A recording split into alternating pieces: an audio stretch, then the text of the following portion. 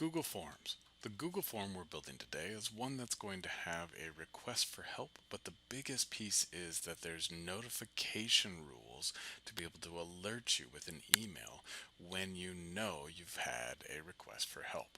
So today it's going to look something like this. So if someone fills it out, they would be able to have that information that is there and the teacher name and submit. Once that is filled out, this sends a notification into email. It looks something like this, and it lets you know exactly that there has been a change, and if you click, you can open up that spreadsheet and see who needs help and when you should connect with them. Let's get started on building that Google form. Getting started, you're going to go to Google Drive, Google Forms, and click New. Getting that new one there, you're going to give it a title.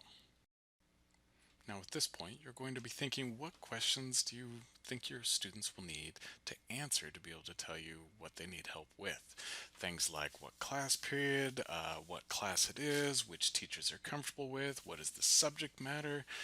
Think of your level and the role that you're supporting to be able to get the most accurate questions for your students. A few questions is what you're after. You are not after a lot, just a few questions.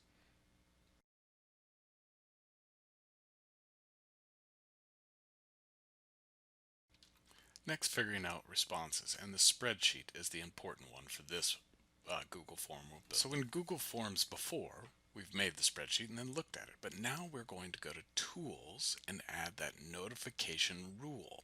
You'll need to decide how often you want to receive those notifications. So you've got the notification rules set up. Now to share it with your students. Copy that link, go to Google Classroom, and my suggestion is use it as a material so it shows up over and over and over for the students to be able to reference.